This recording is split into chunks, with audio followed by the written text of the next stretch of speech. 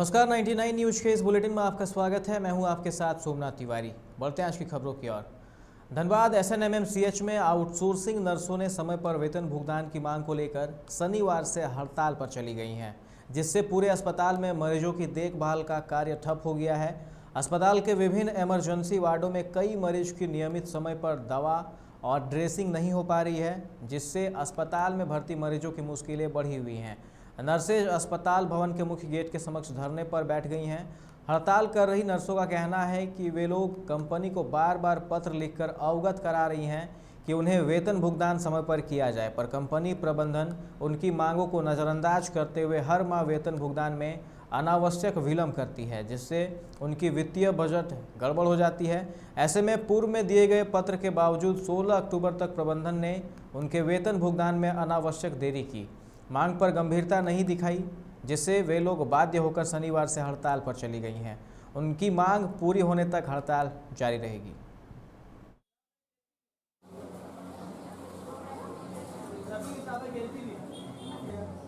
हम लोग को परेशानी बस ये है कि हम लोग का पेमेंट डिले होता है। हम लोग का सिर्फ मांग की पेमेंट हम लोग को नहीं दिया जा रहा। हम लोग इस बात पर हम लोग आंदोलन नहीं कर रहे हैं। हम लोग सिर्फ आंदोलन कर रहे हैं कि हम लोग का पेमेंट सही समय पर दिया जाए।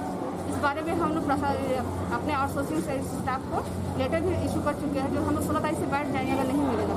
16 तारीख का डेट हम लोग देने के बावजूद भी हम लोग टाइम दिए इनको, और टाइम देने के बावजूद अभी तक हम लोग का पेमेंट नहीं दिया गया। बस हम लोग का डिमांड है कि हम लोग का पेमेंट सही समय पर हम लोग को दिया जाए। हमेशा बोला जाता है कि हम लोग 16 से 20 तक दे देंगे, बट नहीं मिलता है।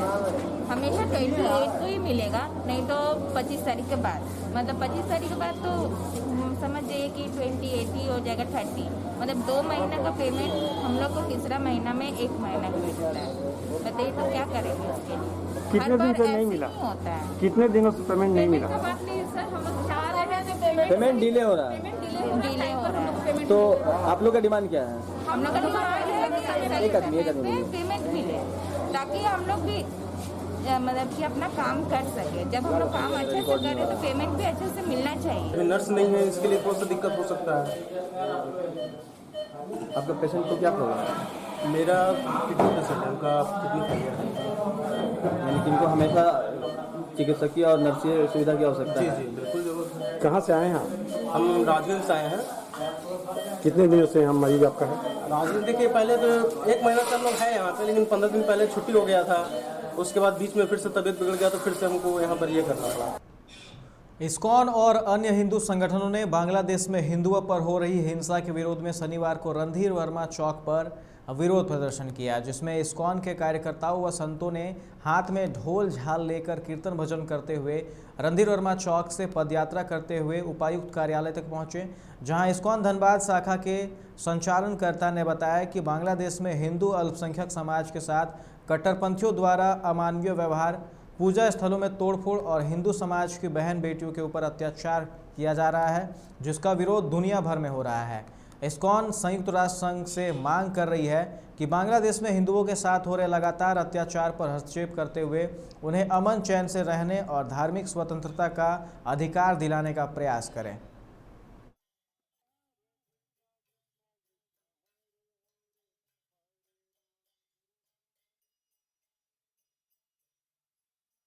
हरे कृष्णा। हम लोग इस्कॉन धनबाद की ओर से हैं और हम लोग सब जो है बांग्लादेश में जो भी माइनॉरिटीज़ के प्रति जो भी हिंसा हो रही है उसके खिलाफ हमारा विरोध प्रदर्शन है। और हम लोग सभी जो है युवा छात्र हैं और इस्कॉन धनबाद की ओर से आए हैं। आज इस्कॉन के पूरे विश्व भर में जितने भी 700 केंद्र हैं, सभी जगह ये प्रदर्शन हो रहा है। हमारा यही अपील है यूनाइटेड नेशन से कि हर बार और भी जब भी ये इस प्रकार की हिंसा होती है तो वो लोग हमेशा आवाज़ उठाते हैं, तो इस बार क्यों नहीं? क्या हिंदू जो है वो मनुष्य नहीं है? क्या वो लोग जो ह्यूमन राइट्स काउंसिल वाले हैं, क्या उनको अब नहीं बोलना चाहिए? बागमारा के तेतुलमारी पुलिस ने त्योहारों के सीजन को देखते हुए इलाके में अवैध शराब के खिलाफ छापेमारी अभियान चला रही है। तेतुलमारी थाना प्रभारी मनीष कुमार के नेतृत्व में आज नायक डी और टीलाटाड़ बस्ती में छापेमारी की गई, जहां से लगभग 20 क्विंटल जावा महुआ और सैकड़ों लीटर निर्मित महुआ शराब जब्त कर नष्ट किया गया। साथ ही महुआ शराब बनाने वाले कई उपकरण को जब्त किया और शराब भट्टियों को भी ध्वस्त किया गया। इस अभियान से अवैध शराब कारोबारियों में हड़कंप मचा हुआ है।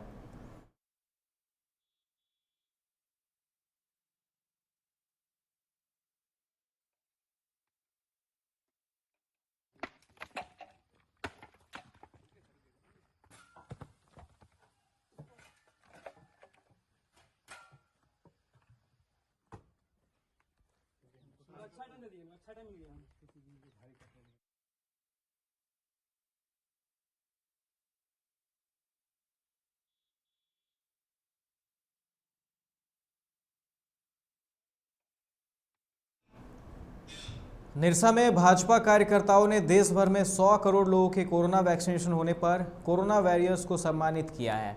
शनिवार को चिरकुंडा के युवा सामाजिक कार्यकर्ता मनीष गुप्ता को भाजपा चिरकुंडा मंडल अध्यक्ष और चिरकुंडा नगर परिषद के पार्षदों ने माला पहनाकर स्वागत किया।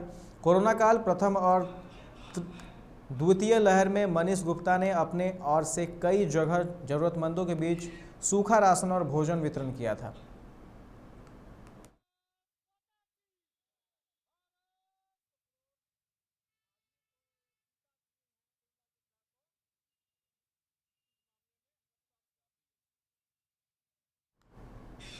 धनबाद में अखिल भारतीय तेली साहू महासभा के अध्यक्ष जगदीश साहू ने संवाददाता सम्मेलन का आयोजन कर कहा कि मेरी बढ़ती हुई लोकप्रियता को देखकर कुछ लोग घबरा गए हैं, इसलिए मुझे बदनाम किया जा रहा है, मुझे झूठे केस में फंसाया जा रहा है।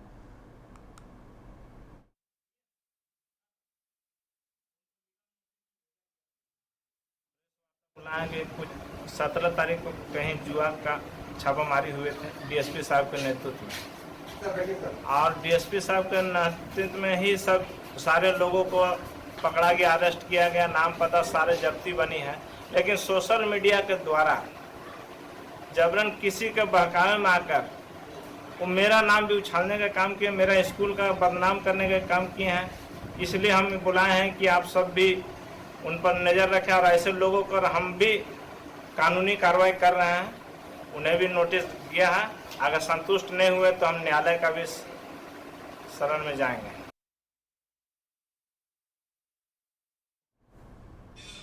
रांची में कोरोना एक बार फिर डराने लगा है। दुर्गा पूजा में लोगों की भीड़ उमड़ी, अब इसका असर भी दिखने लगा है। राज्य में 40 नए कोरोना संक्रमित मिले हैं, इनमें 26 रांची के हैं। रांची में 71 दिन के बाद इतनी बड़ी संख्या में मरीज मिले हैं। दुर्गा पूजा के बाद सिर्फ एक सप्ताह में कोरोना के एक्टिव केस बढ़कर 98 हो गए हैं, जबकि 15 अक्टूबर को जिले में 60 एक्टिव केस थे।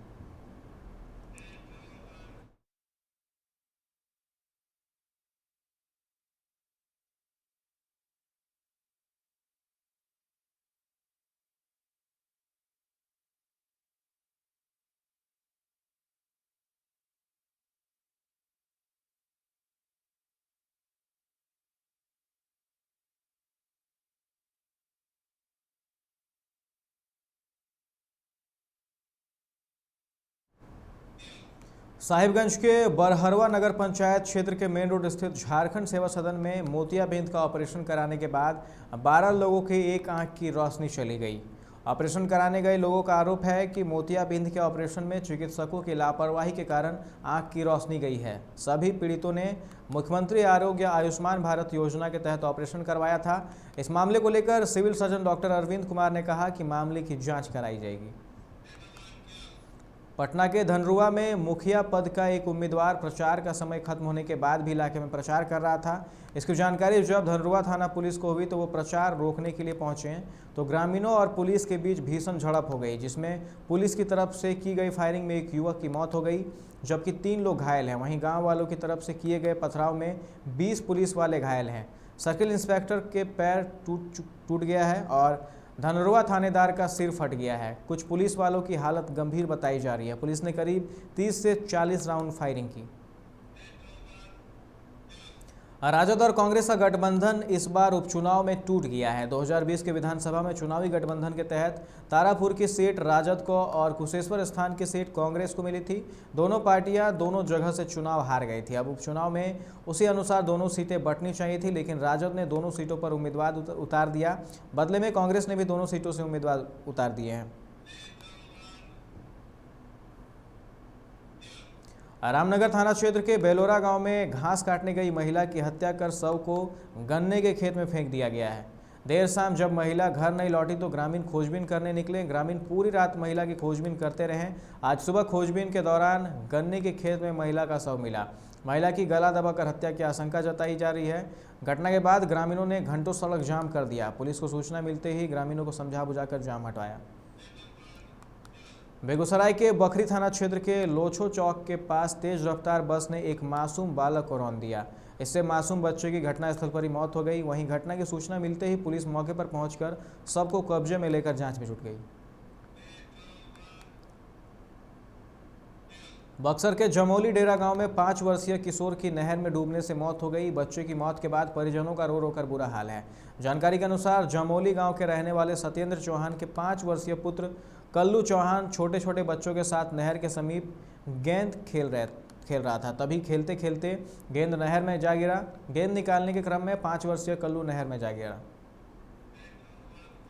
केंद्रीय गृह मंत्री अमित शाह आज हल्की बारिश के बीच श्रीनगर पहुंचे। उपराज्यपाल मनोज सिन्हा ने उनका स्वागत किया। आज से जम्मू कश्मीर के 3 दिवसीय दौरे पर पहुंचे गृह मंत्री एकीकृत मुख्यालय की बैठक में जम्मू कश्मीर के सुरक्षा परिदृश्य की समीक्षा करने के अलावा पंचायत संस्थानों के प्रतिनिधियों से भी मुलाकात करेंगे। वे 2 मेडिकल कॉलेजों का नींव पत्थर रखने के साथ प्रधानमंत्री विकास कार्यक्रम के तहत जारी योजनाओं की समीक्षा भी करेंगे। इसके अलावा श्रीनगर से शारजाह के लिए पहली सीधी विमान सेवा को भी हरी झंडी दिखाएंगे। जम्मू कश्मीर में हाल के दिनों में बढ़ी आतंकी गतिविधियों को ध्यान में रखते हुए वहां सख्ती बढ़ा दी गई है। अचानक बढ़ी आतंकी घटनाओं को रोकने के लिए कई कदम उठाए गए हैं। इसी कड़ी में वहां की जेलों में बंद हार्डकोर आतंकियों को दूसरे राज्यों की जेलों में शिफ्ट किए जाने का सिलसिला भी शुरू हो गया है। कश्मीर घाटी की अलग अलग जेलों में बंद 26 आतंकियों का पहला ग्रुप शुक्रवार को उत्तर प्रदेश की आगरा सेंट्रल जेल भेजा गया। आशंका है कि इन आतंकियों का कश्मीर में हो रहे हमलों में हाथ हो सकता है। इनमें इसके अलावा और भी कुछ आतंकियों को कश्मीर से बाहर की जेल में शिफ्ट किया जा सकता है। कोरोना वायरस के मामलों में लगातार कमी दर्ज की जा रही है। पिछले 24 घंटों में कोरोना के 16,326 नए मामले दर्ज किए गए। वहीं 666 लोगों की कोरोना से मौत हुई है।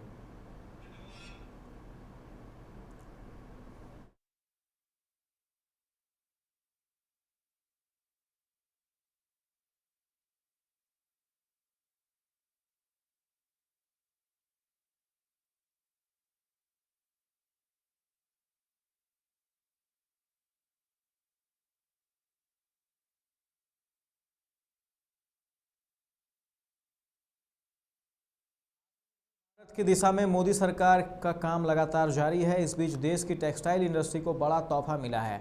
कपड़ा मंत्रालय ने गुरुवार को 7 mega integrate textile reason and apparel पार्कों की स्थापना के लिए एक अधिसूचना जारी की।